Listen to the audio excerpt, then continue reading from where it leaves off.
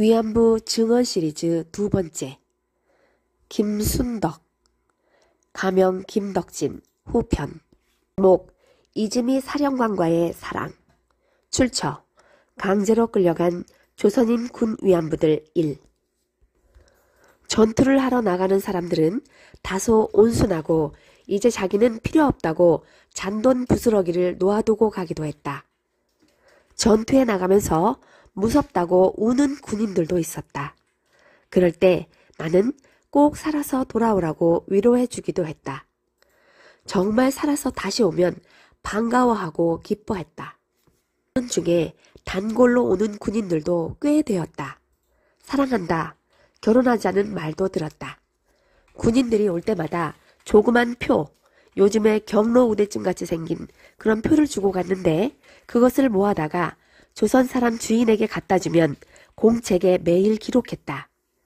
일본이 전쟁에서 이기면 팔자를 고치게 해준다고 했으나 따로 급료를 준 적은 없었다. 나는 일본이 이겨야 돈을 받을 수 있다고 생각해서 일본이 이기라고 기도하기도 했다. 주인은 옷, 화장품, 먹을 것은 그냥 나누어 주면서 나중에 한꺼번에 돈을 줄 때 제한다고 했다. 여자들이 주인에게 시장에서 무엇을 사다 달라고 했는데 그러면 사다 주면서 나중에 가지고 나갈 돈 액수가 적어진다고 했다. 식사는 밥, 국, 그리고 두세 가지 반찬 등으로 먹었다. 계급이 아주 높은 군인들을 위해서 예쁘고 똑똑한 여자들을 골라 차에 태워 부대 안으로 데리고 가기도 했다.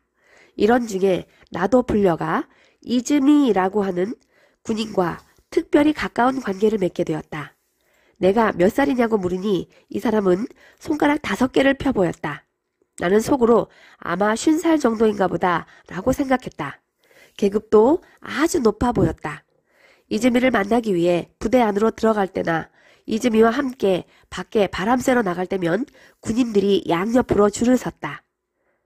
그리고 총을 높이 들고 무엇이라 큰 소리로 외쳐댔다.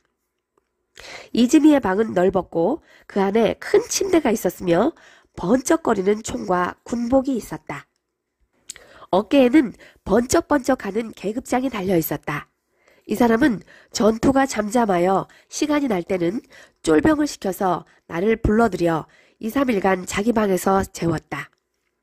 전투가 있을 때는 몇 달간 소식이 없다가 잠잠해지면 자주 불렀다. 부대가 먼저 이동해서 위안소와 멀리 떨어져 있을 때면 배를 태워 데려가기도 했다.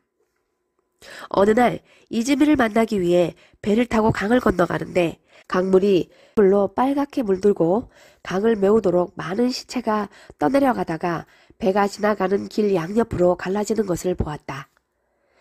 이즈미를 자주 만나면서 나는 이 사람과 아버지 겸 남편 겸 한 식구처럼 생각하게 되었다. 숫자와 일본어도 직접 손을 붙들고 가르쳐주는 등 나에 대한 이즈미의 애정은 극진했다. 매일매일 사랑한다고 말했고 전쟁이 끝나면 일본에 데리고 들어가서 고생 안 시키고 학교도 보내주면서 같이 살 것이라고 늘 말했다. 조선으로 돌아온 후에도 계속 편지를 주고받았다. 위안소 생활을 한 지 3년쯤 지난 1940년 2, 3월경 이즈미는 내가 자주 아프고 전쟁도 점점 위험하게 될 것 같으니 안 되겠다고 하면서 고향집으로 돌아가라고 가 있으면 꼭 찾으러 가겠다고 했다. 조선으로 갈 때 누구를 데리고 가겠느냐고 해서 같이 있던 친구 4명과 같이 나가겠다고 했다.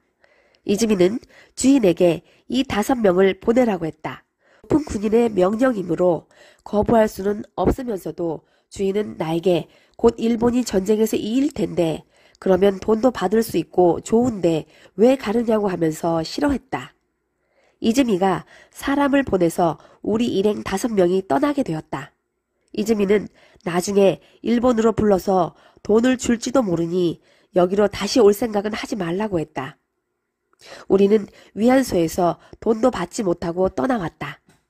떠날 때 이즈미가 베개를 주어 가지고 나왔다. 이즈미는 귀향증을 여러 장 만들어 봉투에 넣어 주었다. 도장이 찍힌 서류 모양이 꼭 호적등본 같았다. 이것을 역에서 보이면 기차를 태워주고 기차에서 내리면 트럭이나 배도 태워주었다. 먹을 것, 잘 곳 등도 불편 없이 해주었다. 어느 역인가에서는 도시락을 우리들 수만큼 주기도 했다. 중간에 평양인가 어디에서 어떤 조선 사람이 이 사람 이즈미를 어떻게 하느냐고 물어보았다. 이즈미가 준 종이에는 이 사람은 군에 와서 일하다가 병이 나서 조선에 병 고치러 가니 경상남도 어디까지 가는 차편 식사를 제공하라 고 써 있었다고 한다. 20일쯤 걸려서 합천군 삼가면에 집으로 돌아왔다. 내가 20살 되던 해였다. 집에 와서 어머니가 삼배치마 적삼을 주어서 입었는데 선들한 느낌이었으므로 5월쯤이었던 것 같다. 집에 와보니 사람들이 수군대는 것 같고 사는 것도 가난하여 서울로 올라왔다. 이즈미에게서는 계속 편지가 왔다. 나도 답장을 했고 소포도 보냈다. 내가 미숫가루, 고춧가루 같은 것을 보내면 잘 먹었다고 하고 고춧가루는 먹고 매워서 죽을 뻔했다고 나를 죽이려 했느냐고 농담을 하기도 하고 편지 철자법이 틀렸다고 하는 등 웃기는 편지를 쓰기도 했다. 내가 서울로 올라와서 답장을 자주 못했지만 이즈미에게서는 편지가 남경에서 몇 년간 계속 오다가 해방 한두 해 전에 끊어졌다. 이 편지들은 6.25 때 폭격으로 전부 없어졌다.